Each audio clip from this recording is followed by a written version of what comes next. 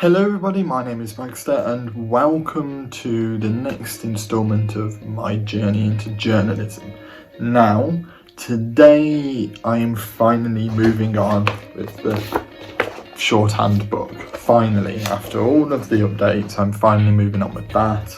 And today is the letter S. Now, this one was a bit of a step forward for me.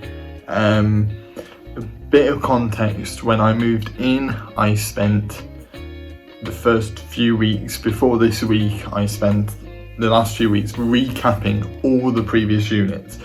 So all of the previous episodes I redid. I know, bit of a pain, but I redid them, and now I'm on unit 4.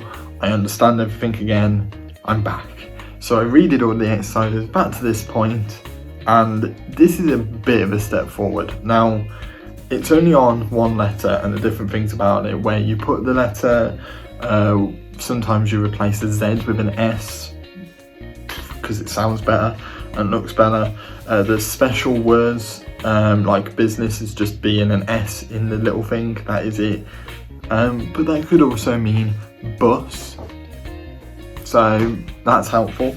And then there's this bit, which is probably the most difficult bit to understand, which is if everything slants. So when you've got like a H, so like has and his, the H will slant one way for one and one way for another, to indicate the vowels. So those vowel indicators we've learned in the past, those become important here, but the where the vowel indicators move, or adding a vowel indicator in, is important.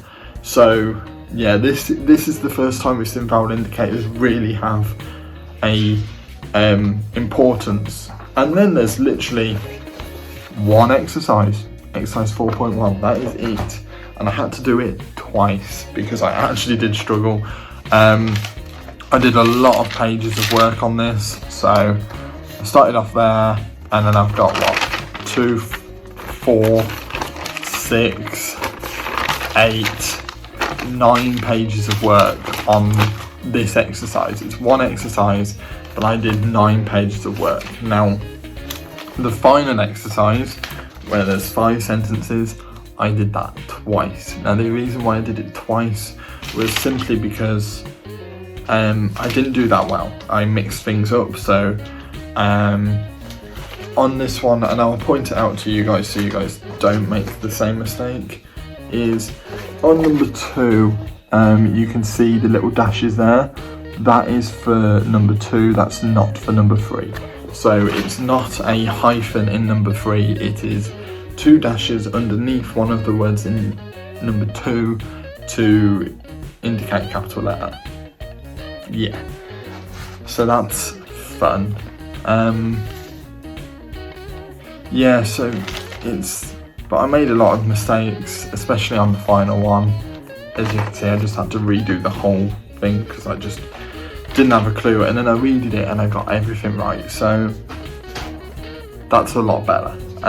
Obviously, it means that I'm now confident to move on to Unit 5, which is the letter T and D. That one looks very interesting, the fact that if T and D go after each other, they overlap slightly, which is quite cool, or underlap, depending on which way round.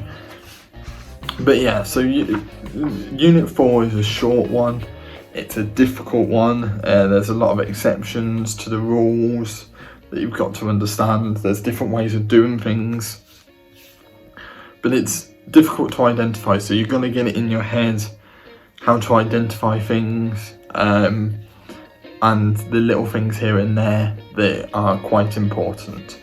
So yeah, this video is going to be a shorter one, quite simply because it's a shorter unit. There's only one exercise. I can't really talk you through what I did because it was just writing. So yeah, it was just writing. So it didn't it's a weird one. Usually I only take one go, I took multiple. But yeah, Unit 4, decent, tough, which makes me worry when it gets to the later stuff, because there's still a lot to go. I'm going to struggle, but I probably won't struggle because it's just going to get progressively harder as you go along. But because of your previous knowledge, the level of difficulty it will increase, but you won't notice it increasing because you're improving at the same rate. Because it basically walks you through shorthand, you're going up at the same level. So it's just like walking up steps, you know. The first one's usually the hardest, especially if you're injured. The rest of them aren't so bad. It's similar in this situation. The first step, getting that first unit or two down, are the hardest. Everything from now on is just progressive steps up until you reach the top, until you get everything done. And already while being at university, shorthand will be so goddamn useful, especially when taking notes. It will make things a lot easier, a lot quicker. It will make revising a lot easier, a lot quicker. We did a mock press conference the other day, and it was tough. It hurt my wrist genuinely because I had to keep up writing quotes after quote after quote after quote. With shorthand, I won't have to write as much, and that will save the pain a lot more. But yeah, that is it for this episode. There's not much really to go through, just the letter S, not really that exciting, but yeah. As always, thank you for your support on my videos and this series. The views on these videos just keep going up and up and up, and I can't thank you guys enough. It has been amazing to see. I did not think this series would do well, and it really is doing well. So hopefully it's helping a lot of people out. Hopefully people are just interested in what I'm doing. And yeah, thank you guys for watching, and I shall see you in the next episode. See ya!